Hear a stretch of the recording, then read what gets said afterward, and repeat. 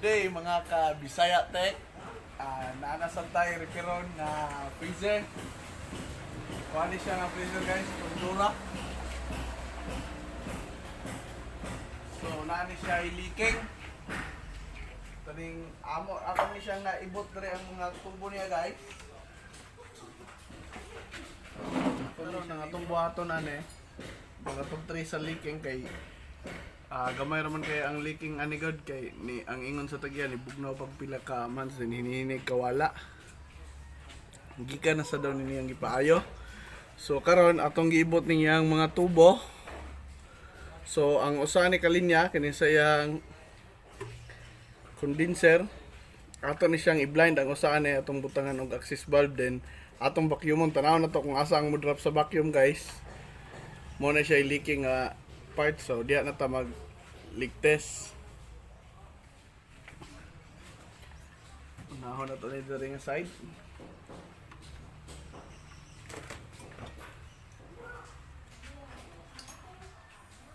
Careful lang ta sa tong trabaho guys.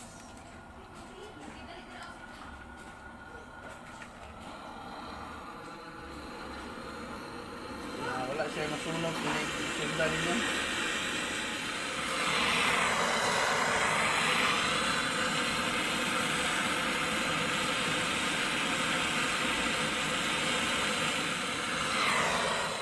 So wala na tayo access line usa. So ato sudaw ning usa ka tumoy ani guys. Ning blind na to.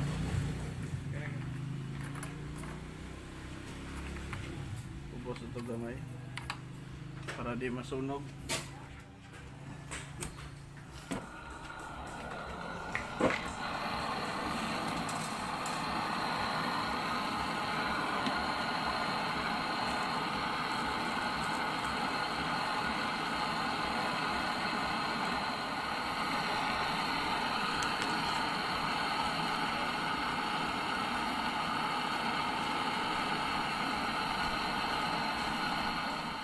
Vacuum ta guys.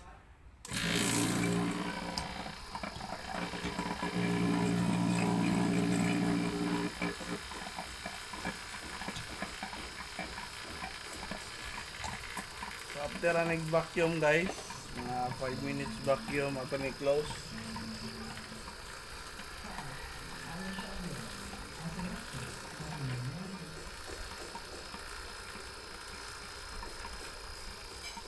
A few moments later. So close na ito ni guys.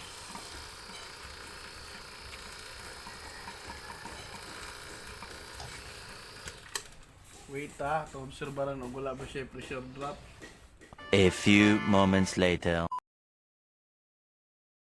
So while nag-observe ta guys sa iyahang condenser kung laba siya drop, ato siya siyang buhatan o access line sa evaporator para ligtas na to. Careful lang ta guys sa pagsulda. So, wala na siya mo drop. So meaning walay leaking ang iyahang condenser section. So atong tanaw kanasan sa iyang evaporator. So atong gamiton pag ligtas ani guys is R22. Medyo barato siya gamay kaysa R134A guys. So kini nga refrigerator atong gamiton.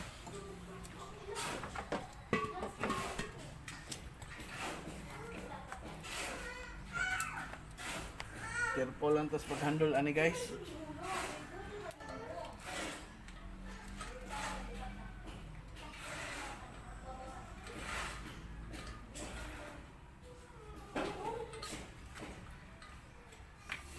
So na tayo madunggan nga tingo guys.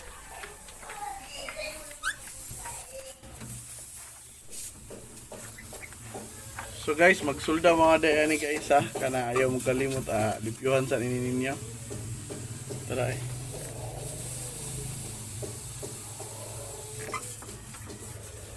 Kini guys na ingon ni siya tungod ni siya sa acid niya kana bitaw nadugkalan ning ref na agin ni siya gidugkalan din wala pa makuha tong yang karaan nga na suyop so yang acid. So mo ni siya rason nga nung matago siya ang kalitrag buto bisag asa gawas bisag asa ng buslot. So trisul down guys. 1 hour later. So So okay guys, nasulda na nato. Dara ato ang gisulda lang guys tara, kana siya. Naawa na siya leaking guys. Ato na sad nga giligtes.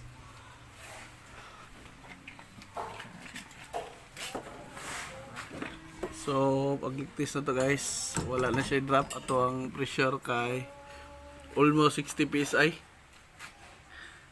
sa evaporator ne.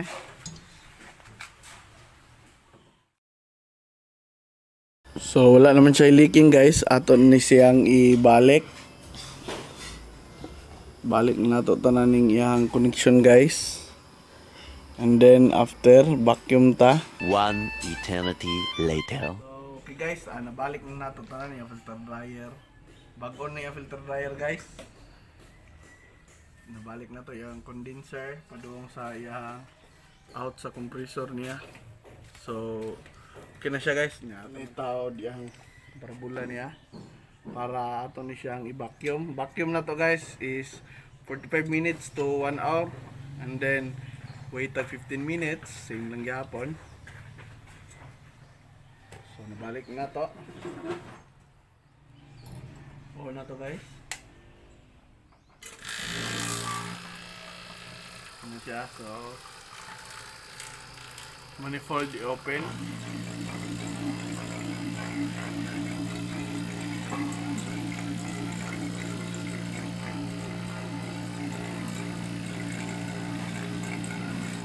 One hour later. Siyang i-close ang yung vacuum guys.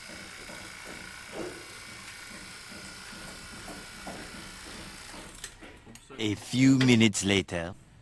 So okay na guys. Load na tag refrigerant guys.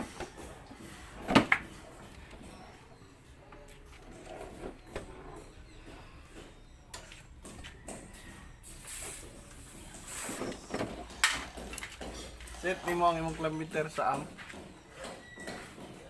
So clamp ni mo. So load na tag refrigerant guys. Forging anim kamay. Then load ta, hinahinay lang.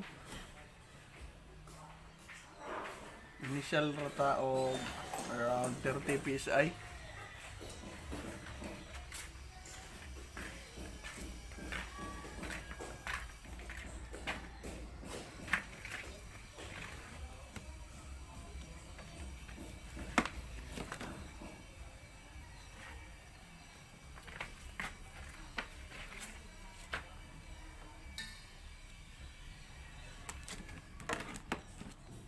So lara guys,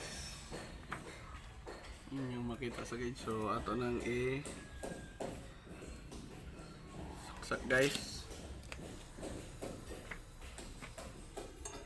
So nagload na siya. Nanatay nakuha nga 0.8 amp.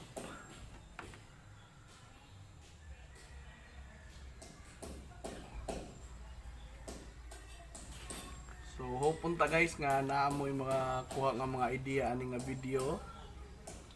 Salamat kayo sa inyong pag-support guys sa Bisaya Tech. Naamoy mga ganaan nga ipabuhat guys. Comment lang mo guys or naamoy nga i-suggest. Ay lang mo kaulaw comment para atong ma-correctionan guys or atong mabuhat ang inyong ganaan ipabuhat. So, okay na guys. Muna na to load og refrigerant. Ato nang iubot. So, tanawon day na to guys. Ako day ipakita ninyo ang sulod sa ato ang freezer. Tara guys.